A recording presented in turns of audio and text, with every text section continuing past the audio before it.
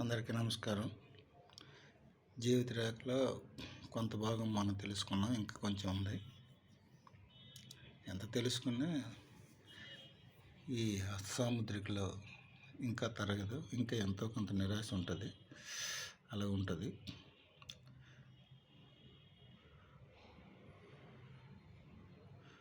First భాగంలో జీవిత రేఖ గురించి కొంత తెలుసుకున్నాం, ఇంకా కొంచెం ఉంది. అంతా ఒకసారి కాదు కాబట్టి 2 భాగాలుగా చేసాము. ఇది చెప్పుకున్నాం కదా, ఇక్కడి నుంచి అది ఇలాగా జీవిత రేఖ 100 సంవత్సరాలు ఆయుష్ ఉంటుంది అనేసి. ఇక ఇదే జీవిత రేఖ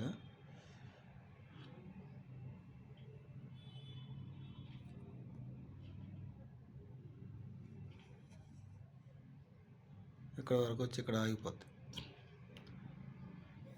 ఆగిపోయి ఇక్కడి నుంచి ఇలాగ వస్తుంది. అక్కడ పూర్తి తెగిపోయింది అనమాట. అంటే అక్కడితో క్లోజ్ అనమాట. ఏదో యాక్సిడెంట్లుగా ఏదో ఒక విధంగా ఆ జీవితం సాధించుకోవాల్సి వస్తుంది.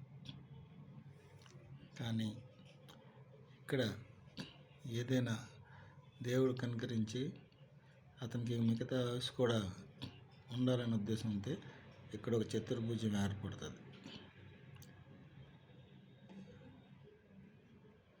హెల్డింగ్ ఆ విధంగా ఉంటుంది. ప్రమాదం అయితే జరుగుతుంది, కానీ మనిషి మిగతా జీవితాన్ని కూడా గడుపుతాడు అనమాట.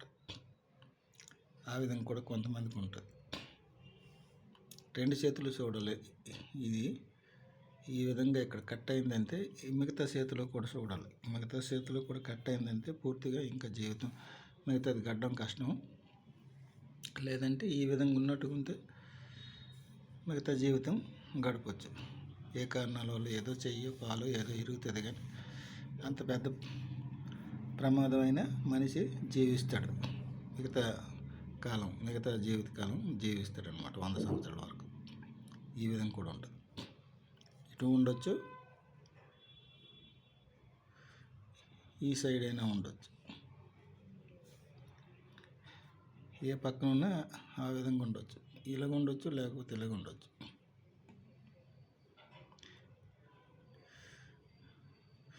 లేదంటే ఈ భాగంకి ఇక్కడ ఒక చిన్నది ఒక రేఖ ఉండొచ్చు. ఆ విధంగా ఉన్నా పర్వాలేదు. మిగతా జీవితం ప్రమాదం జరగవచ్చు, కానీ మిగతా జీవితం గడపచ్చు. ఏది లేకపోతే ఏది లేకపోయినటువంటి ఇది మటు ఇక్కడి నుంచి కష్టం. 65 సంవత్సరాల్లో ఇక్కడికి ఏదో ప్రమాదం జరుగుతుంది, మనిషి ఇంకా ఉండడం అనేది జరుగుతుంది. అలా కూడా ఉంటాయి జీవిత రేఖలు.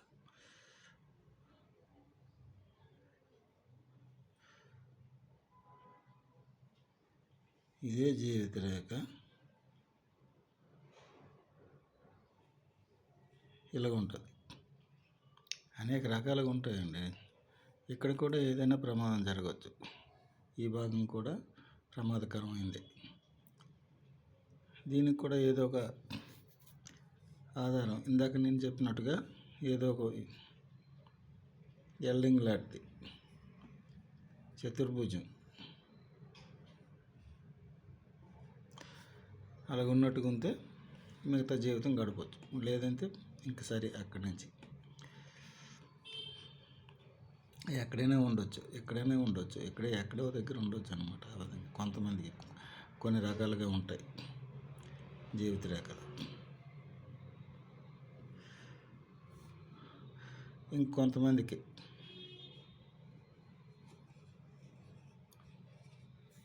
ఇలాగ ఉంటుంది, అడ్డదిడ్డంగా ఉంటుంది రేఖ.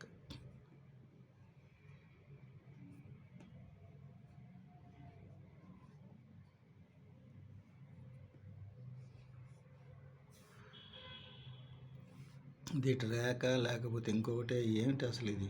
ఈ జీవిత రేఖ అనుకోవడం, లేకపోతే ఇంకో డ్రాయింగ్ అనుకోవడం, అంత దారుణంగా ఉంటుంది అనమాట. ఒకరోజు ఒకలాగా జీవితంలో ఎట్టి పరిస్థితుల్లో ఏ సుఖం ఉండదన్నమాట ఆ మనిషి జీవితంకి. అలాగుంటుంది ఆ రేఖలు కొంతమందికి. ఇంకా అనేక రకాలుగా ఉంటాయి. ఇదే జీవిత రేఖ అలాగుండి దీనికి ఎన్ని ఆటంకాలు చెప్పాం కదా ఇంతకుముందు. అడ్డు రేఖలు కానీ కత్తిర ఇంటులు కానీ ఏ ఉన్నాయి, ఎక్కడే ప్రమాదాలు ఇక్కడ ఉన్నాయి, ఆ విధంగా ఉన్నాయి.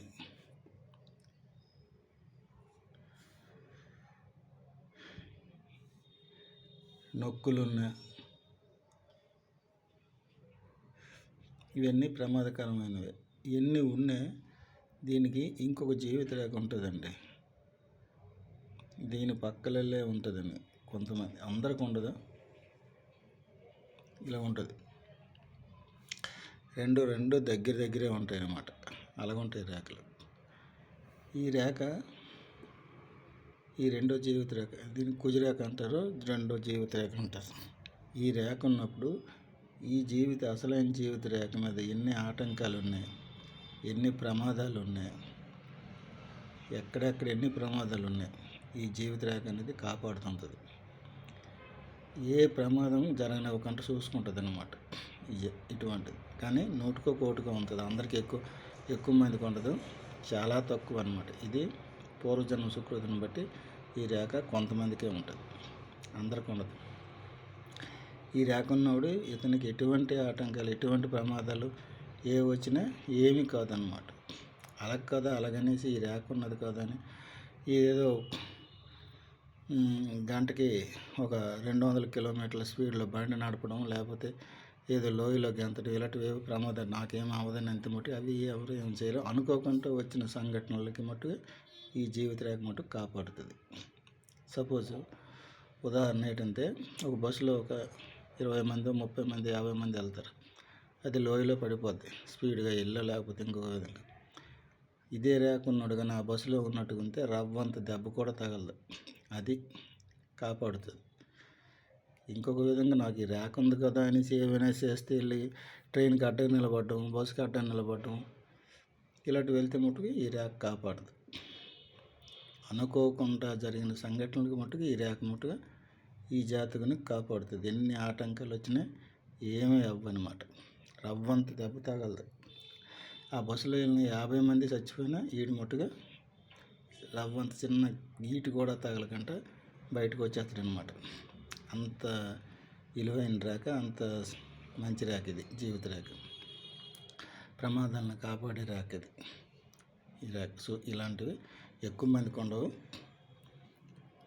ఈ రేఖ ఎలాగున్నాయి, అసలైన జీవిత రేఖ ఏ విధంగా ఉన్నాయి, ఏ ప్రమాదాలైనా ఈ రేఖ మటుకు కాపాడుతుంటుంది. అది మటుకు గుర్తుంటుంది. ఇలాగ ఉంటుంది అన్నమాట.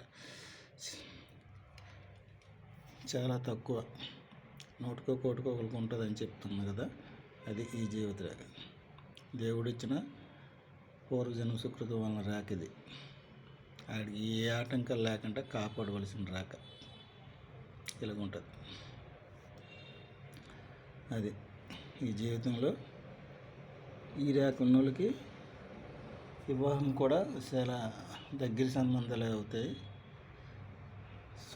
దగ్గర చుట్టాల దగ్గర సంబంధాలే అవుతుంటాయి. ప్రేమ వివాహాలు కానీ, దగ్గర సంబంధాలు కానీ ఇలాంటివేటో అవుతుంది ఈ రేఖ ఉన్నది. సహజంగా ఈ రేఖ ఉన్న వాళ్ళు ఒకళ్ళిద్దరు వివాహం కూడా చేసుకుంటారు అన్నమాట. అలాగ ఉంటుంది. ఆ విధంగా ఉంటుంది ఈ రేఖ. ఈ ఫలితాన్ని ఇస్తుంది. కానీ జీవితంలో ఏ ఆటంకాలు అయినా ఎదుర్కొనగల శక్తి ఉంటుంది ఈ రేఖ. ఇక్కడ దీనికి ఎన్ని ఆటంకాలు ఉన్నాయి, ఇది కాపాడుతుంటుంది ఈ రేఖ. అందరికీ నమస్కారం. ఉంటాను. మరికొన్ని భాగాల్లో మరికొన్ని విషయాలు తెలుసుకుందాం.